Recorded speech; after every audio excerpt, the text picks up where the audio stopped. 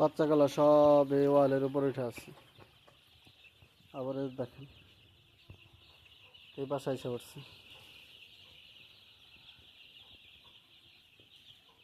খাবার দিছে একটু আগে, দিয়া এই যে খাবার খাইছে, খায় এখন যে যার মতো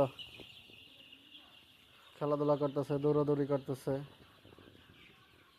শুয়ে আছে। অনেকে অনেকে এই যে শোল চুলকায়, তারপরে অনেকে টয়লেট করে, তারপরে কে ঘুমায়। ওই যে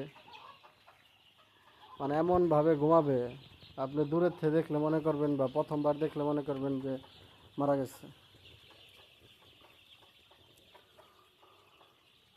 মানে কোনো সারা শব্দ নাই।